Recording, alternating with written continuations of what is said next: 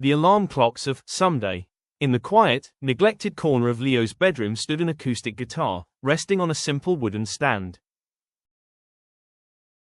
3 long years ago, Leo had walked into a music store, completely captivated by the warm, sunburst finish of the instrument and the promise of the music it could create. He bought it on impulse, full of excitement, but as soon as he brought it home, reality caught up with him.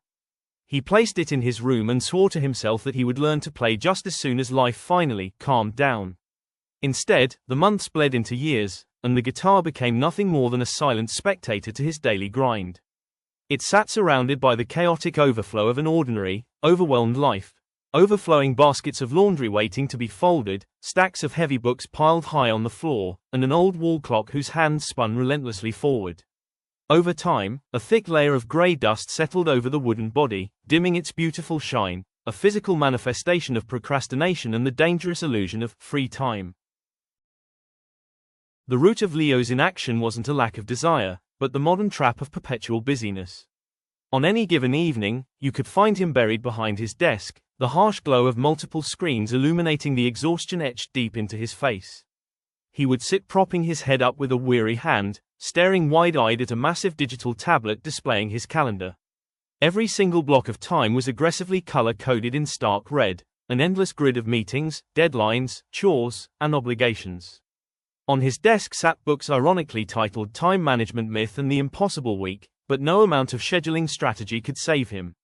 He kept waiting and waiting for a magical, completely stress-free week to open up, a perfect oasis of peace that never actually appeared on his calendar. He was trapped in the mindset that he needed a flawless, empty schedule before he could ever justify pursuing something purely for joy. The breaking point arrived entirely without warning on a completely unremarkable evening.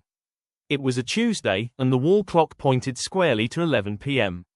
Leo was dressed in his plaid pajamas, surrounded by the usual clutter of half-finished laundry and towering book stacks.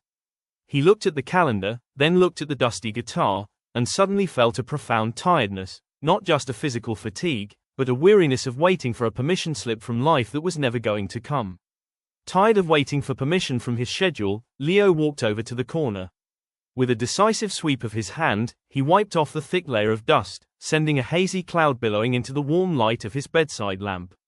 He grabbed a cable, plugged the acoustic electric guitar straight into his small vintage amplifier, stood tall in the middle of his messy room, and aggressively struck the strings, playing one absolutely terrible, yet completely glorious, earth-shattering chord. The sound that erupted from the amplifier was loud, unpolished, and completely out of tune. It echoed off the plaster walls, cutting through the heavy silence of the late-night apartment. But as the chaotic vibration hummed through the floorboards, a massive, unstoppable smile broke across Leo's face. He began to laugh out loud, his eyes lighting up with a pure, childlike happiness he hadn't felt in years. He didn't know the proper fingerings, and his rhythm was completely off, but it didn't matter in the slightest. It sounded awful, but for the first time in years, he wasn't waiting for his real life to start. He was entirely in the present moment, breaking the spell of perfectionism that had kept him paralyzed for 3 long years. The internal shift completely changed how Leo experienced his environment. Sometime later, he moved to the wide bay window of his apartment, sitting comfortably with the guitar resting in his lap. Outside, a gentle rain slicked the city streets, turning the pavement into a mirror that reflected a beautiful, vibrant symphony of bright neon signs, red brake lights, and glowing storefronts.